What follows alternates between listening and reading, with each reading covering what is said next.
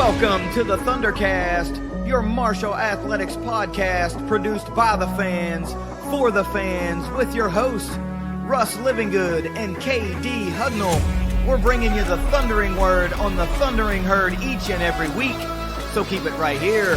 The ThunderCast is on the loose.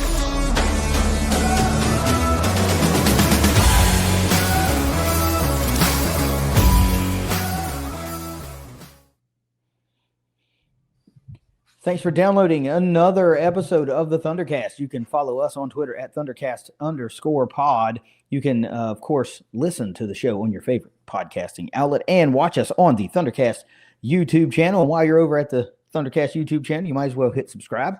If you wouldn't mind, hey, share the links to the show with your friends and fellow Herd fans, because we love interacting with Herd fans. They are the best in the damn land, and I really don't think there's a close second. Russ got a big game on tap this weekend. There's a lot on the line for both teams in this rivalry game renewed. This is more of a kind of a SoCon era heated rivalry, but as of late in the Sun Belt era, it's kicking up a notch. We've had some good ones since we joined the Sun Belt, both in Huntington and in Boone. And of course, this one is going to be in Boone, North Carolina. And we've got all that you want to know about this one as the Herd looks to gain bowl eligibility. So before we get too deep into this Dead Meat Society Marshall football preview, we got to get a word from our sponsors at Leasure Oliver PLLC. If you've been hurt in a wreck, call the law firm of Leasure Oliver PLLC. Found them at 304carwreck.com. All right, man. A lot on the line. The Herd's fresh off of a big win down in Atlanta against Georgia State. Appalachian State is fresh off of a insert your own adjective there. Not their greatest showing against James Madison. And that dropped the Mountaineers to 4-6 on the season, just 1-5 in the Sun Belt Conference, which is in and of itself is mind-boggling. I didn't think that I would. I mean, obviously you expect people to have a down season, but I didn't expect this out of App State, particularly this year, really any year. They just always seem to be very, very competitive in conference, and they're just not this year. They went 3-1, I guess, in the out of conference. They picked up a nice win over Oregon State and a nice win over Charlotte to start the season. Clemson and Charlotte just a little bit different. Yeah, I mean, I don't even know where the hell Clemson came from. But they did. They started out the season really well. Nice in-state win over an American school, but it's been lean for the Mountaineers, and it's tough. And I feel for them. It's a fan base that I respect a whole hell of a lot. It's a team that and a program that I respect a whole hell of a lot. I think when we get deeper into this thing, we'll see why things are kind of playing out the way they are. But I don't know. Game's going down Saturday, November 22nd, 2:30 p.m. kickoff at Kidd Brewer Stadium in Boone, North Carolina. For those not making the trip, it'll be on ESPN Plus. And this is a matchup of two teams that have played a lot. Astonishingly, I knew we had played a number of times, but I did not think this would be the 28th all-time meeting between Appalachian State and Marshall. App owns a 16-11 all-time series lead right now. The last time Marshall won in Boone, Russ, was the magical national championship season of 1996. That's right, the 1AA national championship undefeated season of 1996. Since then, 2 trips back to Boone and 0-2. In 2 really way different games. So I really don't know what the hell to expect this year. But we are on a 1-game win streak against App. We won last year 52-37. And I mentioned a win in this one gets Marshall bowl eligible. It's not a guarantee, but it gets them bowl eligible. And a win in this one for App State keeps their bowl hopes alive. They've got to go 2-0 down the stretch to get to 6 wins and hope to get invited to a bowl game. So a lot on the line for both teams, along with just some personal pride for App wanting to pick up that second win. Their only win in conference is over Georgia State, who is winless in conference. So, ouch. But I want to talk about how you're seeing this one before we get into the details, and there's some other cool stuff that is revolving around this one as well. So I want to get some thoughts from you. Just to talk about the history real brief, pre 1991, Marshall and App played, a lot. It was pretty much every year from 77 through 1990. More often than not, those were years that Marshall just was not competitive. Yeah. But since that 1991 season, I bring that up because that's when we moved into Jones C. Edwards Stadium. We had very rare losses at Jones C. Edwards Stadium, but they were to App. We had in 92, they beat us 37-34. And in 95, they beat us when we went to the national championship game. They beat us 10-3. So they were like, I think, our only two losses there, or maybe two of the first three or something like that. Because we used to be scary good at home when we went into that stadium. 91's when, we were going to the national champion pretty much every year. For 91 through 96, I think we had all but 1 year we went to the championship game. Maybe 2 years. Since we have renewed this rivalry in 2020, it's been the home team has come away with the Duke every time. So we're trying to get that. I mean, there's just so many different storylines here, like you had talked about how often we played, the conference that we were in together, and then now we're in conference again. I love the rivalry, respect the hell out of this program. What a tradition they have. But right now they're down. We saw what happened at James Madison. Their fans, when you talk to them, I had the guys on the podcast come on with me, and they were talking about how down they were and everything. And it's just growing pains in year one of a new coaching staff.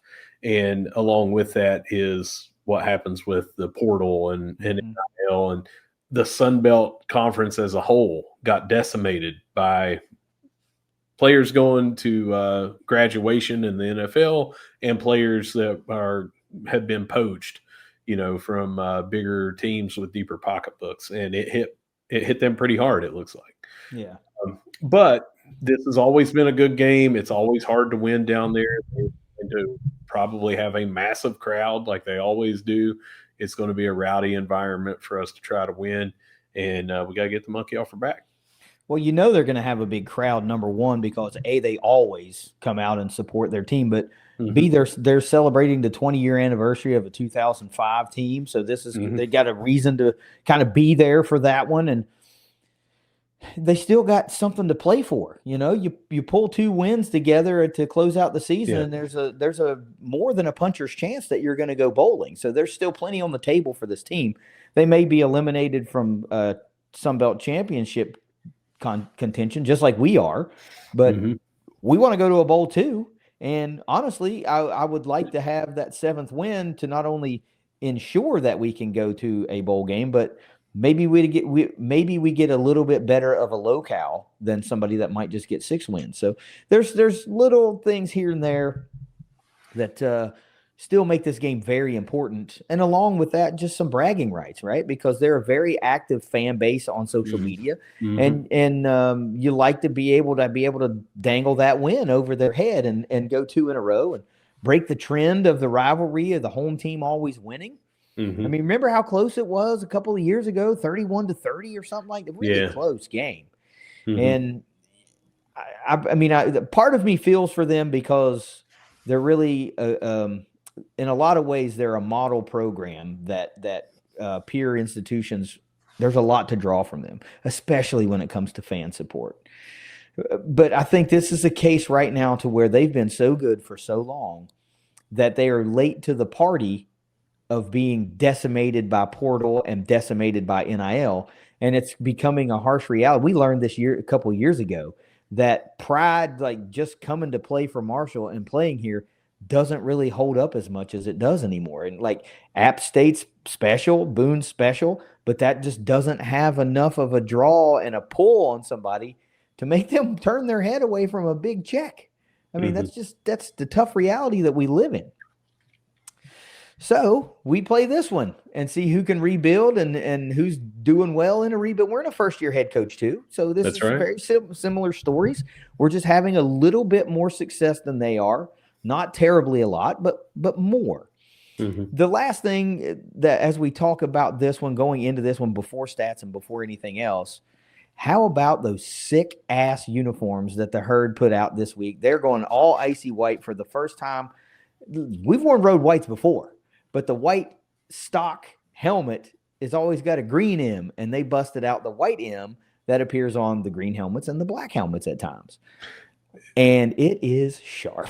It's not only that, a lot of people haven't noticed, but they also took the inverted varsity stripe from the green helmet that's got the white down the middle, which is the predominant color, and then it's just accented by the green and then the black on the edges. So they basically took the decals from the new green helmet, put it on the white helmet, but it's also got the white face mask. Face mask. Everything about that just looks so clean, so crisp. You name it, it looks it. You know what I mean? It's badass. It looks great. It is super, super sick. And the one thing, man, that I thought would really, really set it off is if you look how the logo is displayed on the helmet and how it has just a thin green around. I was like, dude, if the numbers on the jersey looked like that too, and it was almost completely white, that would really, really set it off. But this is sharp. Yeah. Sharp. I mean, I was trying to find reason I didn't like it, and I couldn't find one. It looks really, really good. I think what Marshall's done this year, not only adding the green helmet to the arsenal with what they did with the 75-week helmet and the new, like the script M, and now what they've done to rework the white helmet. I've long thought we've had the best lineup of uniforms in the conference. I'm biased, of course, but Marshall's got some sick unis, man. They're from top to bottom. There's really not a bad combo. They've done a great job. There's a lot of people that are from other schools in and out of the conference that brag on our, not just this. I mean, we've won the I'm wearing the pinstripe from years ago baseball jersey, and it looks bad, and bad in a good way, of course, but break the 1980s vernacular here, but you know what I mean, like the pinstripes that we wear now won one of those Twitter contests for the best baseball uniform in the Sun Belt Conference. And we hear about baseball, we hear about softball, we hear about soccer, the kits for them, the women's basketball, men's basketball. I mean, it's just like we continue to kill it, and that Kelly green color just pops on everything. And we get a lot of people commenting on the stuff, and rightfully so. For good reason. Our shade of green is killer. There's some really nice green. North Texas has a nice green. They do. At times, Oregon has a nice green. It looks like they use a little neon for me. But our shade is top tier. Top tier. If anybody ever in the leadership positions ever thinks it'll be a great idea to go back to dark green, just light that idea on fire and never examine it again. Never, ever, never abandon Kelly green ever again. Now that they've incorporated, black and new ways to set it off with white, Kelly green is the only choice for Marshall University. But along with that, the decal on the back, the 61 forever. And of course, if you guys don't know, that's in honor of former App State head coach and West Virginia native, GW High School alum Sean Clark, passed away earlier this year. Great by all accounts. I never had the pleasure, of course, to interact with him personally, but just a complete, gentleman, one of the best in the country. I've not heard a coach say anything bad about Sean Clark, and not since his passing, but ever. He's just a great dude, and even though wasn't able to win as many games as other coaches at App State. I think he was a beloved guy, and his players loved playing for him too. So really, really class touch by Marshall. But would you expect anything different from the Herd? I mean, No. nobody knows tragedy worse than we do. Nobody understands hard times like we do. So that was another nice touch. But let's talk about the game. Well, actually, let's talk about let's talk about the game. Herd 67.4% chance to win in the matchup predictor on the road, 4.5-point favorites. So App State's a home dog on top of needing to go 2-0, on top of just getting blown out by James Madison, on top of all the other stuff. It's like salt in the wound here. Over under in this one, 56.5. Now, I asked you earlier, how do you see this one? Sorta. So give me that bird's eye view in this Dead Meat Society Marshall football preview. Well, it's a team we're going up against that's hurting. They got 1 rushing yard in their last game. Yeah, James Madison has been taking it to people and their rushing attack, but they got 1 freaking yard, man. That is from all the sacks that came in, but they shut down the running back too. This is a team that has gone almost way toward the pass on their attack, and it's almost like they've abandoned the run. And we do well against the run and don't do as well against the pass. And we do very well with the run. They don't do very well against pass defending, and they do very well defending the run. So it's going to be one of these mix and match, strength on strength in some places, strength on weaknesses in others. And it is one of these games that I think that we have both caught them at a great time because they're down, and caught them at a great time because of some injuries that we're going to talk about right here in a second. Mm-hmm. But then we've also caught them at a bad time because when you come off of a couple of losses like that, and a loss at home, and maybe even a couple of losses in a row at home, you know they're going to be hungry, not only to win against Marshall, one of their rivals from way back, but to win at home and win, like you said, when they're honoring the 20-year 2005 team. It's catching them at a great time, it's catching them at a bad time. Yeah, two losses straight at home, Coastal and Georgia Southern, which obviously is going to stick in the craw of App State fans. And then that's bookended by the game. Well, not bookended, that happened. And then James Madison last week is just kind of like how that stretch ran. So yeah, lot of have to have this one. I'm sure that our counterparts are saying, hey, this is a gut check game. You know, like we say that from time to time. This is a gut check game. This is what you see when you're made of, when you really don't have a whole lot to play for other than personal pride. And, you know, it's not their home finale. That's next week. So that's probably not even senior day, you know. So there's the only thing they're really playing for outside of pride is potentially a bowl eligibility scenario, but you've got to win 2 straight. But let's talk about the guys that bring you this football preview each and every week and have all season long. And of course, that's the Dead Meat Society. You can go over to deadmeatsociety.com and check out what they are all about. But I'll give you in a nutshell, they're a lifestyle brand that's centered around cooking and smoking meats, tailgating, and having that sort of vibe going on in your leisure time.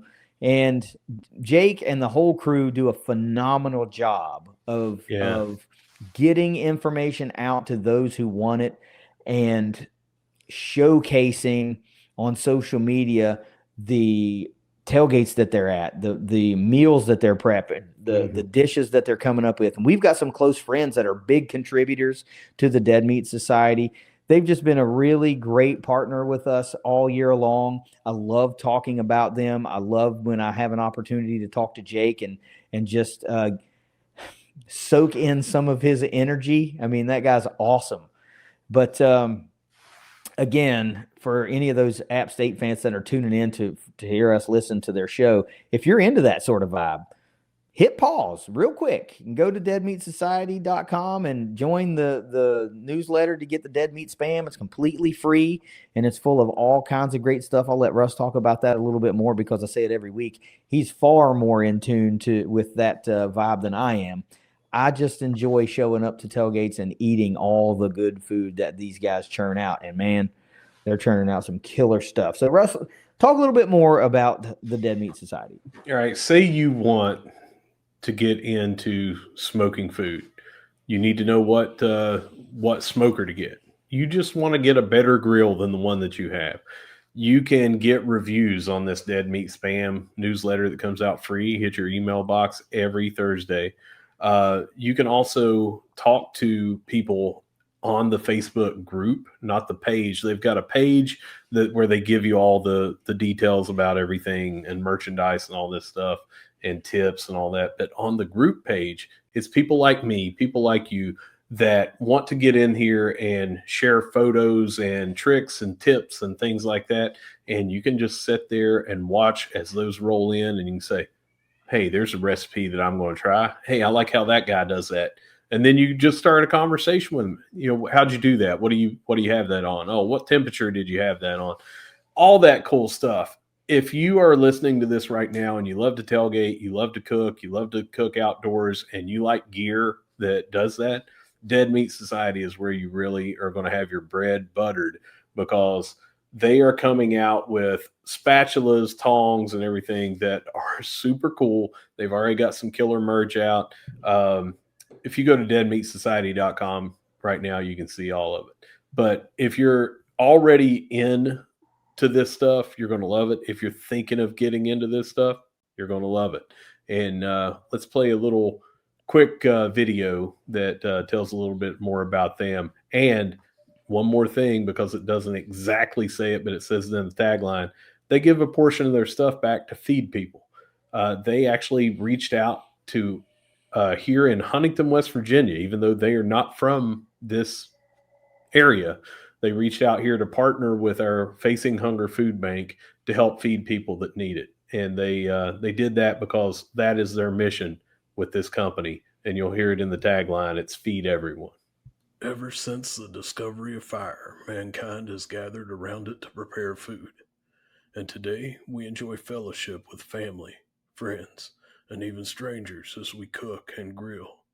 At home on the weekends, at tailgates for sporting events, and just by ourselves to find inner peace. We have holidays centered around the custom of grilling. And now there is a society for those of us who like to grill, who stay up all night to get that smoke ring just right, who share their gifts with others. The Dead Meat Society is here. Flame, family, community, feed everyone.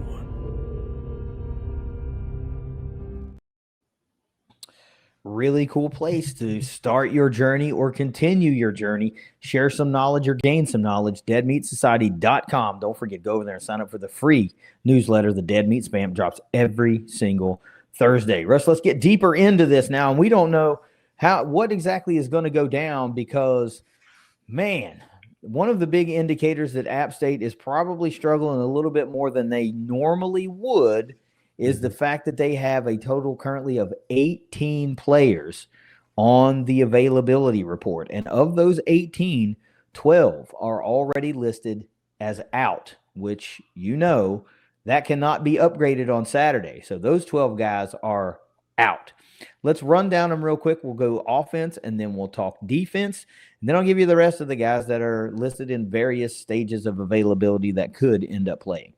The biggest, I think, name is quarterback A.J. Swan. He's still their leading passer on the season, and he's listed as out. On the season, he was 130 out of 222 for 1,495 yards, 10 touchdowns, and 8 picks. He had been sacked 10 times, but he did a little duty last week, but he's out this week. So enter the backup who's got some stats, who's played quite a bit already. J.J. Cole, we'll talk about him in a little bit. Then we got a couple of running backs that are already out, Kanye Roberts and Jalen Calhoun. A couple of wide receivers that are out, Derek Brazil and Bryce G. A tight end that is out, Jared Gibble. couple of offensive linemen, Trent Ramsey and Tyreek Poindexter, and then a tight end, Isaiah Cummings, who happens to be their fourth leading receiver on the season. He's caught 37 balls for 374 yards and a touchdown. Then we got flipping to the defensive side. You got a defensive lineman, Malik Berry, out, and two DBs, Jaden McBurrows and Kevin White, both out. Now, you got 6 other players listed. 5 of those are listed as doubtful, including number 1 wide receiver, Jaden Barnes, who's got 55 balls on the year for 608 yards and 7 touchdowns. 2 more wideouts are doubtful, Dupa Coleman and Damian Durrett. A couple of DBs, Juan Burchell and Dylan, I don't know how to say that, Haas. We'll go with Haas. And then 1 defensive lineman is questionable, Rondo Porter. Russ, let's stop right there before we talk about Marshall and what they're missing this week.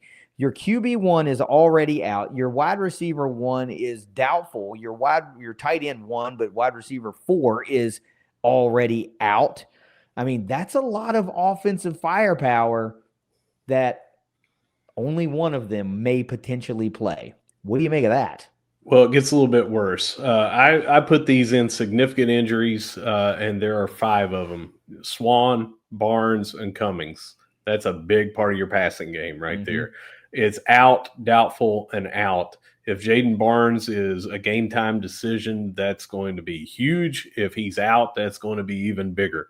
But on the defensive side, too, Rondo Porter has 33 tackles, 2 sacks, and 4 passes defended at the defensive line position. That was a stat I talked about when I did the Getting to Know series with the 2 different podcasts from this week. And Porter is big on that defensive line. Dylan Haas is right below him on tackles, 32 tackles, 1 sack, and 3 passes defended. He's doubtful as defensive back. The depth pieces, Juan Burchell is doubtful, and Jaden McBurrows, maybe Jaden McBurrows, is out. The reason that's taking from them, even though they don't have a whole lot of stats, that's depth that's going. But also, Barnes and Burchell are the only 2 people that have caught or fielded a punt for them. So their entire punt return team right now is listed as doubtful, those 2 people. So it gets, when you start looking at this, their defensive line has been the anchor of the team probably. And a big part of that's Rondo Porter. Now there's others there that have huge impacts that we're going to talk about, but they're hurting on both sides of the ball. Quarterback being out, I think J.J. Cole is more than capable. But when you start taking the targets of when you put Cole in there, and you've got Barnes, and we're going to talk later, at least I am, about how they utilize the tight end position, they are missing a lot from wide receiver and tight end. Yeah, I mean, there's still obviously going to be players that can play ball, but you're right. When you're already down to QB2, and then you start looking at potentially missing 2 of your top 4 receiving weapons, all of a sudden your QB2 is not set up for as much success as he could possibly have. Well, then you enter the herd secondary, who's been getting torched all year long. So maybe those will even out, but it's not a recipe for success from on paper if these guys don't dress and can't play, or Barnes is not a go. For Marshall, though, you got 9 total guys listed on the availability report. 8 of those are already out. Some of the names that we've been hearing and been seeing for a couple of weeks now: linebacker Rashawn Carr, Peyton Ellis, offensive lineman Christian Richter for the 3rd week, Brian Robinson, wide receiver, for the 3rd week. Tony Mathis is still out. Jaleel Rivera-Harvey hit the injury report on game day last week, and he is still listed as out this week. DB Daniel Harris is out. Defensive lineman Jacarius Clayton is out. But one more is questionable, and this might be the best questionable I have ever seen in the history of the show, and that's defensive back Daquan Smith, who we saw leave on a backboard at the end of the Georgia State game. Of course, we mentioned in the recap that we sent, we had tweeted prayers for Daytwan, and he replied that, hey, I'm all good. Looking forward to the next one. So he is at least questionable. I guess they'll have to see if he's a fit to go by Saturday. But man, what great news that is, to just not see him as out and just go, you know what, we're taking a week off and like we'll run it back next week. Daytwan's been a big piece in the secondary and the successes of the secondary. He and Boogie have been like the two main pieces that have done the most damage all year, I believe. So it's nice to at least see him as questionable. Yeah, and I've got a little something on that. Cam Miller, who is he puts out these rankings all the time. I know you've seen him. Daytwan Smith is this is the entire group of 5. Daytwan Smith is 1, 2, 3, 4, 5, 6th amongst the group of 5 in highest rated safeties, 87.6, and that's a heck of a rating. Mm-hmm. I mean, he's fresh off of the PFF College National Team of the Week. So he has been streaking on top of, snatching some INTs out of the air over the past month or so. It'll be a big piece if he's able to play. If he's not a go, I understand why. But it just was a feel-good moment to see at least questionable and not out. Yeah, so, we're a better team in that backfield with Wody there, the defensive 100%, backfield. Yeah, 100%. So let's talk about the App State players that we probably need to pay attention to in this Dead Meat Society Marshall football preview. I mentioned the quarterback earlier. J.J. Cole's going to get the run, probably 6'7", 245-pound sophomore. Marshall playing 2 6'7" QBs in back-to-back weeks. I bet you that's never happened before. 88 out of 150 on the season for Cole, 1,060 yards, 9 touchdowns versus 2 interceptions, and he has been sacked 8 times on the year. Running back, Rashad Dubinion, a 5'10", 210-pound senior, 160 totes on the year for 821 yards, 4 touchdowns on the ground, 5.1 yards per carry, adds 25 receptions to the arsenal for 166 yards. A couple of wide receivers that we have to talk about because, of course, Barnes may not be a go, and Isaiah Cummings, the tight end, is already out. Let's look to these guys. And I featured 2 wideouts and another tight end. And boy, oh boy, are they tall. Wide receiver, Dalton Stroman, 6'4", 210. He's a senior. 28 receptions on the year for 498 yards, 3 touchdowns, good for 17.8 yards per reception. And wide receiver Davion Dozier, another 6'4", 205-pounder. He's a sophomore, though, 18 catches on the year, 396 yards, good for 5 touchdowns and 22 yards per reception. And then we got to talk about a tight end because they feature a tight end pretty prominently. But we're going to give a lean to tight end Cannon Hamlet, to 6'4", 235-pound junior, 11 receptions for 131 yards, 2 touchdowns, good for 11.9 yards per reception. All 3 of those receiving weapons that I talked about were all 6'4" and at least 205 pounds. This is going to be a massive height advantage for the App State pass game against our DBs. You got anything to say before I get into the notes on this offense? Yeah, I just want to talk about Stroman there. He torched us last year at Marshall, even though we won that game emphatically. But he had 5 catches, 75 yards, 2 touchdowns. So he was the guy that was giving us fits at 6'4". It's going to be tough. We got some smaller defensive backs, when you look at them. It could be a matchup to watch, especially he's going to be getting a lot more targets if Barnes is out. Yeah. I also want to say, too, for the notes on this, I missed talking about this earlier about, how we have things going on with App and Marshall and all the history. Ryan Urachek is there as an offensive analyst or assistant. His younger brother, Brooks, is a linebacker on the team. And even though this is not where we're going to be talking about special teams, another thing is Ian Ratliff was just here as a punter, and he was here for the spring, transferred out, and went to App State. I'm happy with the punter we have, Me too. But just another little connection. But yeah. So I appreciate that. I didn't know that. Well, I knew that Urachek was there. I thought he was like the tight end coach, but maybe that was under the previous coaching staff. but nice to see he got retained. I will say he needs to give a shout to his old man and be like, yo, quit shitting on JMU in this playoff ranking thing. Yeah. Because that ain't cool. But anyway, notes on this App State offense. Points per game, they're scoring 24.9 points per game. That's good for 85th in the country. Total offense, they are racking up 387.7 yards per game. That's good for 69th in the country. Rush offense is pretty bad. 113 yards per game, nearly 114, but that ranks 114.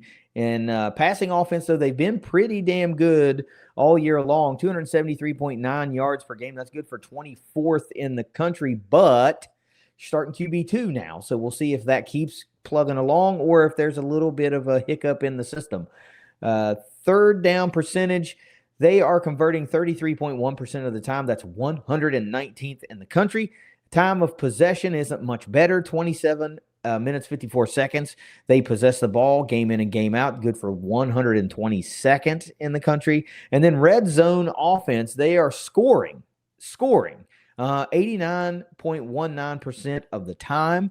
That's good for 36th in the country. On 37 trips in the red zone, they've got 24 touchdowns and 9 field goals. So when they get there, they tend to score. Defense. Linebacker, we're going to start with linebacker Colton Fayers, the 6'2", 225-pound sophomore. Leads the team in tackles with 74. Leads the team in solo tackles with 31. He adds 2 sacks, 2 passes defended, and 2 picks. A couple of DBs come next. Zaire Gamble, 5'10", 195-pound sophomore, 57 total tackles, the second on the team, 27 solo, 2 picks, 4 passes defended, and 2 forced fumbles for Mr. Gamble.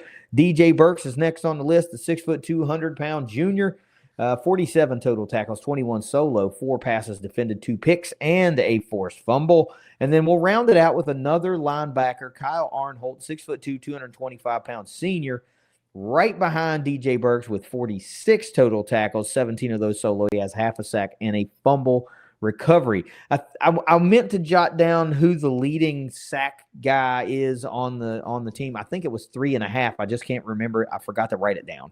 Yeah, I've got it. While you're looking there, I'll run through the impact play breakdown through 10 games for App State. They've got 23 sacks on the year, 43 passes defended, 10 interceptions, 9 forced fumbles, 2 fumble recoveries, yet no defensive touchdowns. So that's easy math. They're averaging 2.3 sacks per game, 4.3 passes defended per game, roughly 1 interception, and almost a forced fumble per game. You got that player? Yeah, it's Caleb Sandstrom on the defensive line with 3.5, and then right behind him, also on the defensive line, Benton and Davis both have 3. And in fact, this is a great place to throw it in. 17 of their 23 sacks come from the defensive line. Now, a lot of sacks usually do, but you sometimes have linebackers that are up in that, and overwhelmingly they're getting pressure on the quarterback from the defensive line. It's been really the consistent spot on this team on both sides of the ball. Okay. Let's talk about notes now. Points allowed for this App State defense. They're giving up 30.4 points per game to their opponents. That's 111th in the country. Total defense, they're giving up 409.9 yards per game. That's right in Marshall's wheelhouse. They're 108th in the country in total defense. Rush defense, they do pretty well. 135 yards allowed is 48th, but pass defense is not great. That's 274.9, call it 275 yards a game, 132nd out of 136 teams.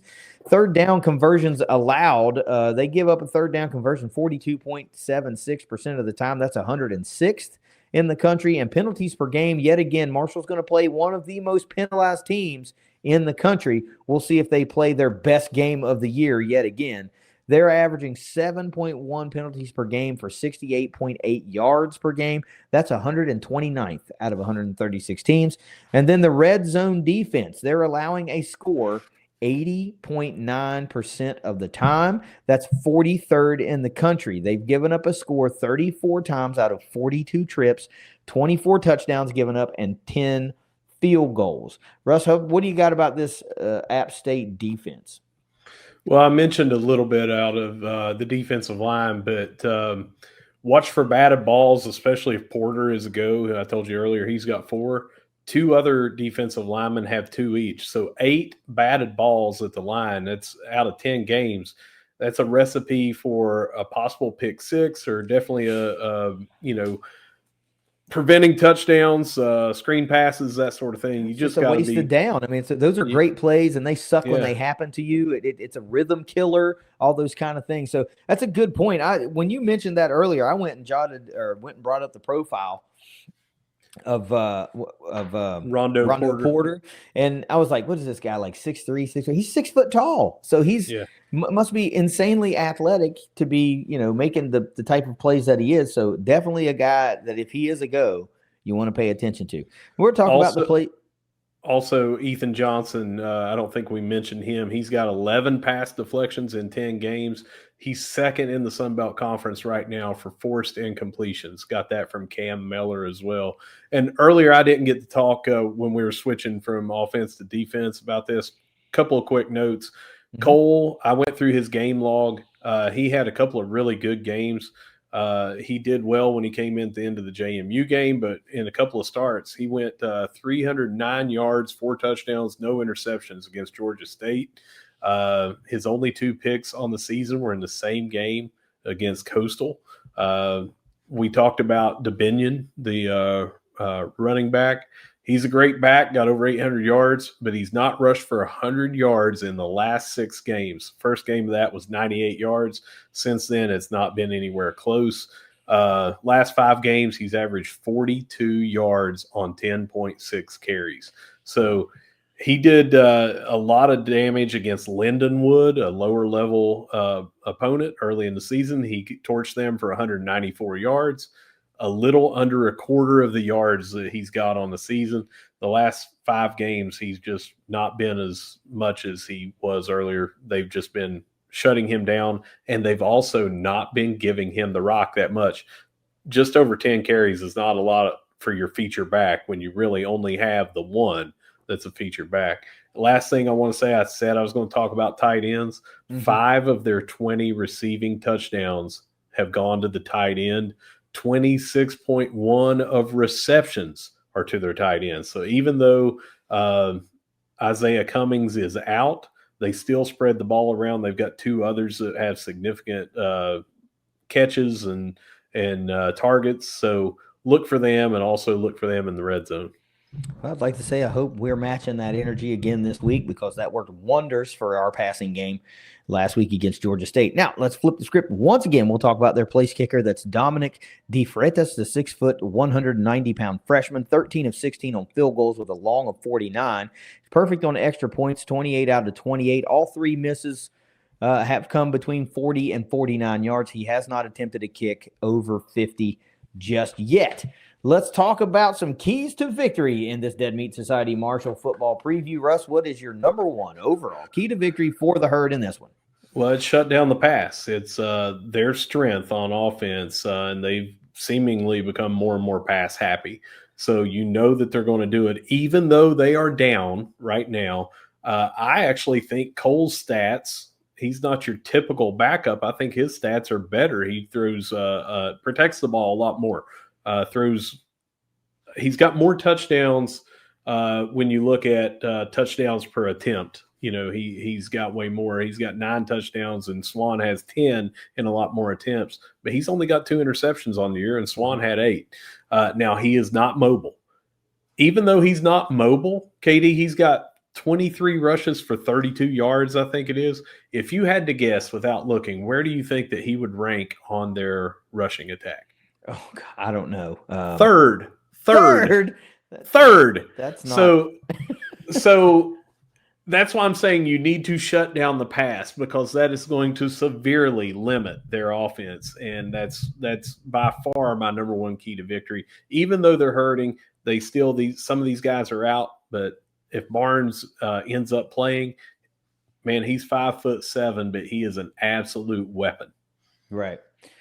Yeah, I'm going to, since that was basically my number 2 key to victory, we'll talk about it here, and I'll get my number 1 here in a second. My number 2 key to victory is the same as it was last week for my number 1. It's stop the chunk, man. Stop the chunk. And I don't think that necessarily it's going to come the same way. And when I've been talking about it in the past, I've been thinking about like playing better coverage. And while that has to be a thing, I think this week you stop the chunk by getting to the quarterback and forcing him to be more mobile and try to throw on the run or get off his spot, because that's not a strength of his, right? And he has been sacked 8 times on this season, so he is susceptible to the pass rush. It feels like this App State offensive line is geared more towards pass pro, though, because they're not rushing the ball particularly well this season. So I'll take a little bit of both. I'm going to need some pressure on the quarterback. I'm going to need some rushed throws, some on the run throws, but I'm also going to need to see pass defense in coverage amped up a little bit more, even with the possible absence of Daquan Smith. What's your number 2 key to victory? Well, it's established the pass on our side. App's pass defense is porous at times, and when I say that, they're 132nd out of 136 in passing yards given up. If we can stretch the defense, I feel like that can open up the run for us. So we did a great job last week, 321 yards. They're giving up an average of 275. So I think that we need to establish the pass early in this game.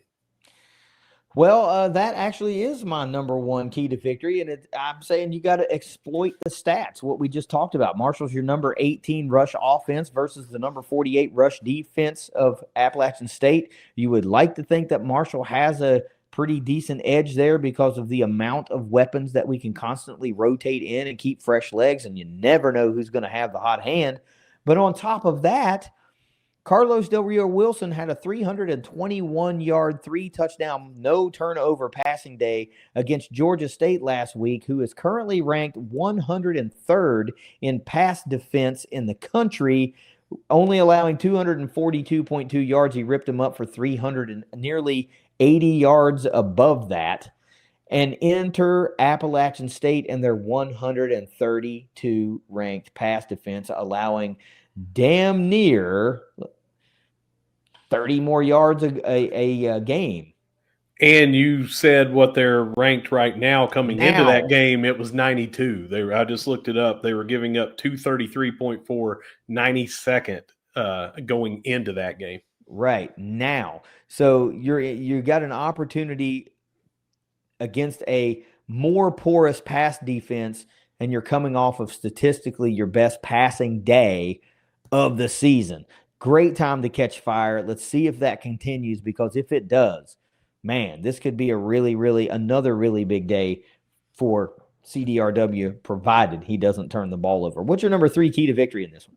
Run wild. And App's run defense is very good, but we have an even better rushing offense. Most of the backs are healthy. Tony Mathis is the only one right now that's out. That means that we've got Barbie back. Justin Williams-Thomas was on the list last week, and he's back. And, of course, we have Michael Allen that came back, and then we have Antoine Roberts that's still there. And our quarterback runs a lot as well. He's our leading rusher. So run wild. All backs are healthy. We need to turn them loose. You can run on this App defense, even though they are ranked pretty high. Coastal and James Madison recently in conference busted them up for 6 yards of carry. Coastal had 246 yards. JMU had 324. Wow. So it can be done. Let's do it. Yeah, it can be done, and I'd like to make an indirect comparison to the fact that we ran it up on James Madison's run defense, who is really, really stout, and we put over 240 against them. And if you can do it against James Madison, you should be able to do it against App State, because James Madison, I think, is like a top 10 rush defense or something like that. I mean, they're really, really good. My number 3 key to victory in this one is stay disciplined. We've seen, and you've mentioned it seems like week after week when we're doing a recap, it's like, well, if you'll remember, a false start extended that drive, or if you'll remember, a holding call took that touchdown off of the board. And it's just, if we're going to face another team that is amongst the highest penalized teams in the country, and it at this point, it's not just coincidence that teams that are like that are playing their least flagged game of the year against Marshall. These little things, like this penalty here or that penalty there, that turn into be a massive thing. And I think back, of course, to some of the drives that were extended against Georgia State, but then I think back to Louisiana and the offsides and the fourth down that can. Yeah. I mean, that led to that lost the game. That play didn't lose the game, right? There were a lot of plays that lost that game, but if that doesn't happen, that game's over, right? Yeah. That game's over. So this is a thing that's reared its ugly head over and over this season. Marshall just needs to play a little bit more disciplined in this one, and I find that to be tough in this one because they're probably going to be put in situations to where there are going to be some pretty easy scenarios to call defensive pass interference, with the height disparity and this passing prowess of this offense. Great point. This will be a very, very tall task for these DBs, but I feel like if you can cut down where you can cut down, maybe you get away with, not get away, but maybe you cut out some of that offensive holding, things like that. But I need to see more discipline play. You got one more for me? I do. When the tight end matchup, they utilize the tight end very well, as I talked about up there before. 26.1 of their receptions have gone to the tight end. 25%, 5 out of 20 of their touchdowns have gone to the tight end. Even with the guy out, they are going to target them a lot. They throw a lot. But when we use the tight end, just like we did last week, we are wildly successful. Their starters out. They still have weapons. Let's target Payne and make a definitive win in this tight end battle. Yeah, he is such a huge key that for 2 straight years now, I'm going to use the term that I used last year, all year, criminally underutilized. And that's what's happening again this year. You can see what happens when you find 81 early and try to work him in often. It opens up so much stuff, man. It does. My number 4 key to victory in this one is embrace the suck, because you're going into a hostile environment from a proud fan base and a proud program that is having a down year, and a loss will eliminate them from bowl contention. You better just be ready for a hostile, harsh environment. We saw it several years ago, and we've seen other teams talk about it. And, the James Madison all week long, they were talking about the throwing the snowballs, and they were going to avenge that. And they really, really did. They did okay. We got the same kind of treatment a few years back. I remember seeing the players exiting the field, and they were getting yelled at and spat at and all these things. So if that is the environment that you want to embrace and allow to happen, well, I mean, I guess that's on you, but our guys better be ready for it, and they better embrace the fact that they are going to be the villains in this one. And I think there's nothing wrong with being the villain, because you've got some shit to play for, and this is an opportunity. Embrace that villain role and eliminate them from bowl contention on their home field, right? Like, do it. Just embrace the suck and win the game. You got an MVP for me in this one? I got offense. Yeah, I got offense, defense, and special teams. Go with offense first. I think it's got to be Carlos Del Rio Wilson. It's an easy pick for him because he is not only the guy throwing the ball, but he's our leading rusher. Mm-hmm. A lot of times in attempts per game, which we are not fans of course, but he leads us in yards because we've split carries amongst the running backs so much with injuries and giving the ball to the hot hand and next man up and things like that. So it's got to be CDRW for me nearly every week, because he just has the if it's a receiver, he's going to be the guy throwing them to him. Payne did amazing last week. Mm-hmm. Well, everything Payne did, Del Rio Wilson also did, and he ran the ball and he threw to other people. So it's an easy pick for me just about every week, the way he's playing, Carlos Del Rio Wilson. Yeah, so the herd goes as goes CDRW, and he's my MVP pick this week too. Tell you what I would like to see, though. I know there are pass plays that break down, and those turn into run plays, and that counts as a rush attempt, right? But I would like to see maybe 3 or 4 of those that would be called a designed quarterback run. Put that in the belly of one of these other running backs, man. Like, let somebody else take a little bit of abuse. I mean, we're getting down to the nitty-gritty here. I would hate to see CDRW go out on on a play that didn't need to be called, the 20th carry of the day. Let's preserve him a little bit for the stretch run, especially if you're talking about a bowl game and you want to go win that damn thing. So, you're looking at staring down the barrel of 2, maybe 3 games. Let's start to lighten his workload a little bit. I mean, damn, if he still ends a game with 14 carries, that's a lot for a quarterback. And that's 2/3 of his workload most of the time. Mm-hmm. So it's still him as the MVP, but I would love to see that offset some of those carries, especially if you're talking about Roberts and Williams Thomas, and Barbie and all the guys. They're back, man, and Michael Allen. They're ready to roll. Who's your defensive guy this week? It's Paul Hudson III. I have you steal my notes again? Yeah. I'm glad I always get to go first because it looks like you copy me. But I've got P3. He's just been a ball of energy all year long. And when I'm looking at this, I kept looking and I was like, okay, it's got to be somebody getting to the quarterback in this situation.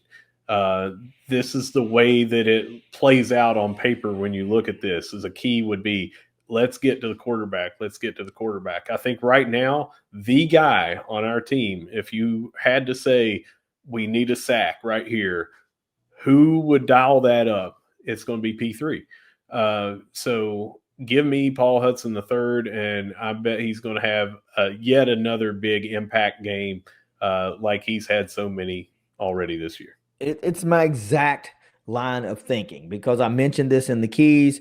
I think the way you stop the chunk is to get pressure on the quarterback, and who's been the most consistent is Paul Hudson III. And they don't always translate to sacks, but he sure does get some. Yep. He is disruptive on the defensive line. He disrupts a lot of type of plays.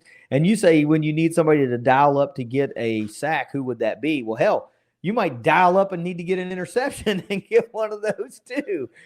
So this is where it all started to center around for me, and it was going right down. And like, okay, where am I going here? No, it's not a DB this week. I think there's going to be too much opportunity for big plays here. Al-Amin had a great game last year. Could be that guy too, but I just went one more level down. I'm like, no, it's P3 this week. He's the key to the defense this week. So again, we see the game the same way. Give me Paul Hudson III. Special teams. 3 for 3, I bet. I'm going Lorcan Quinn in a game like this. You think that it may come down to some key field goals, and maybe you're just out of the red zone, but that puts you back where it'd be a 52-yarder or something like that. And we say, you know what, let's do it. We can't come away with 7. Let's at least get 3. Give me Lorcan Quinn, who has been an amazing weapon. We have not talked about him yet this game because we usually talk about the opponents, but reminder that he is 1 field goal away from tying the school record as a freshman, and this is his 11th game that he will play of American football. What a great story. The 11th game, and he's 1 field goal away. So if he happens to get 2, not only would that help him towards being our MVP, that would give him the record. Oh, and if he hits a 50-yarder plus, that will be another record that he'll get because he's tied with that already. Yeah, I felt the same way. I felt these games are sometimes come down to a kick or they come down to one extra big play. And when you have a guy like Lorcan Quinn that can damn near get you points from now almost anywhere on the field within reason, you got to think that there is no kicker that we're going to face for the remainder of the year that is going to edge him out in accuracy or distance or clutch ability, if that's a word. I'm just saying. It is now. And then when you put on top of it that he's about to set all-time program records, single season records, he's got to be the MVP. And I say that with my fully knowing that Nathan Totten will be punting the football. And he has been absolutely stellar all year long. But generally, when we look at these things, we look at them in from the lens of if it's a tight game and we need points, how are we going to get that? And it could be in a tight game and we need to flip the field, and how are we going to get that? But It's got to be Quinn this week. I think a clutch kick is on the horizon in this one. Games are weird in Boone, man, for Marshall. Games are weird, and points are sometimes at a premium. So give me Lorcan Quinn too. You got a score prediction? I do. It's 38-28 Marshall. I feel like we do get the win on the opponent's turf, which has been hard to come by. Especially it hasn't happened since we renewed this rivalry in 2020. But I think we pull it out, and I think we do it by more than one score, 38-28. Copying my paper almost, man. I have it 38-31 Herd in a hard-fought battle. I just think the Herd has a couple of more scores in them. They have the ability to score. I don't want to say quicker because we've been scored on very quickly as a defense this season. But I feel like they have the ability to overcome with the amount of weapons that are still in the arsenal and not on the shelf potentially. I think that, but I just think that makes a difference. Having more complement of offensive playmakers. We've gone 1 hour in this episode and haven't mentioned the guy named Floyd Lacey yet. And he's a great equalizer. We talked about all these backs. And remember how close it was for him going the distance against Georgia State earlier in that game last week. It's plays like that Floyd can just break a game wide open. So Marshall's stacked with offensive playmakers. App is missing some of theirs. And I think that's ultimately the difference in who's going to win the game. You got any final words in this one before we get out of here? Yeah, just that I'm making the trip, and I'm thrilled to be meeting up with some people down there, some softball all-time legends that I'm going to see down there. And then we are going to see our friend Dominic Cressetto from Sunbelt Syndicate. He's going to be down there. Of course, he's a massive App State fan. Had him on the preview show, the Getting to Know series. And also there's a new podcast. There's a couple of them actually new for App State, but we had the Armchair Mountaineers on there, and they've invited me over to their tailgate as well. It's going to be great to go by and see those guys in person because Wesley that was on the show, top-notch guest. It was really good to chop it up with him and with Dominic there earlier this week. So a lot of people that I get to go down there and see. So any App State fans that are watching this or listening to this and you see me down there, feel free to come up, do all the trash talking you want. But I'm loving Boone. Get to go down there again and, be happy to talk Marshall versus App with you at any of your tailgates. Yeah, I got to say, I'm really, really jealous when the DM came through last night asking if anybody was going to be making the trip from the ThunderCast. Because, we got to know all of those gals that you're going to reunite with there at the game. And it would be cool to see them again, now that they are out of college and doing their thing. Some have been out for a while, but I'm a little jealous on that one. I'll let you know. But I told her, you saw the DM. I said, well, you guys are just going to have to come in for spring game or you guys are going to have to come in for the home opener because you got to get back to a Herd game at some point, right? So you might as well come in on one weekend when we do it the biggest.